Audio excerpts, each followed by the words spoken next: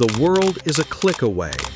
In 1994, Jeff Bezos founded an online bookseller from a garage. He didn't name it after the endless pages of a book, but after the world's most powerful river, Amazon. The ambition was never to sell just a few books. It was to carry an endless assortment of items and redefine retail. From day one, this company was obsessed with a singular, non-negotiable core principle: the customer. The financial heresy, losing to win.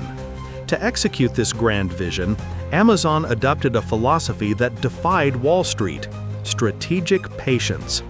Bezos repeatedly told investors he was planning on a 7-year time horizon. This willingness to forego immediate profit meant competing against only a fraction of other businesses. The company went public in 1997 despite posting a $5.8 million loss. The key was free cash flow. While competitors chased fleeting quarterly net income, Amazon focused on rigorously generating cash to reinvest in massive infrastructure, warehouses, and servers that would become its competitive moat. The dot-com crucible.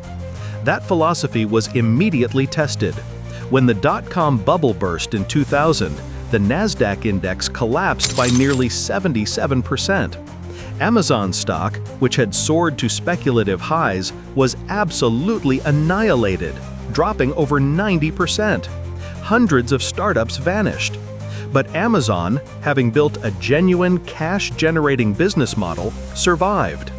It achieved its first sustained positive free cash flow in 2002, validating the long-term gambit and freeing the company from reliance on capital markets.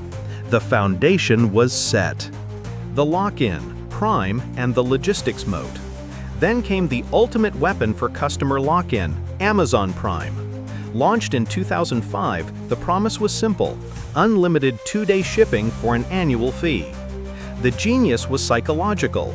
By making shipping a sunk cost, Amazon removed the friction point at checkout, compelling customers to maximize their investment by buying everything from Amazon. This strategy resulted in retention rates of 93% after the first year. To uphold this promise, Amazon created a massive logistics network, its true operational moat. It now deploys over 750,000 robots to sort and lift packages and utilizes advanced Gen AI mapping technology, known as Wellspring, to ensure last-mile delivery accuracy down to the specific apartment unit. The ultimate pivot, AWS, the hero engine. The true hero story, however, happened silently in the background. In the early 2000s, running Amazon.com was hard and expensive due to complex IT infrastructure. So, in 2006, Amazon launched a radical solution: Amazon Web Services, or AWS. They commercialized their internal technological capability, offering it as a pay-as-you-go utility. With S3 and EC2, AWS democratized computing power, offering the same massive server resources used by giants to anyone, even a kid in a college dorm room. This was the moment of complete optionality. Today, AWS generates the majority of Amazon's operating profits, providing the stable, high-margin fuel that subsidizes the low-margin retail business. This cash engine allows the retail arm to perpetually expand and undercut competition.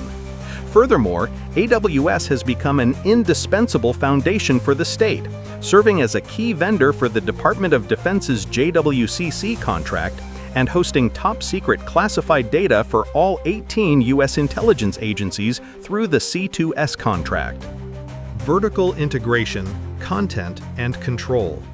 The financial stability provided by AWS allowed Amazon to vertically integrate into adjacent industries, ensuring no part of the customer's life was outside the ecosystem. In 2007, the Kindle launched, disrupting the publishing industry by leveraging Amazon's massive buying power to implement aggressive, low ebook pricing.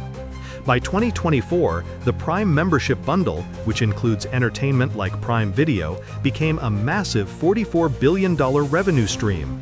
Media is now a loyalty tool.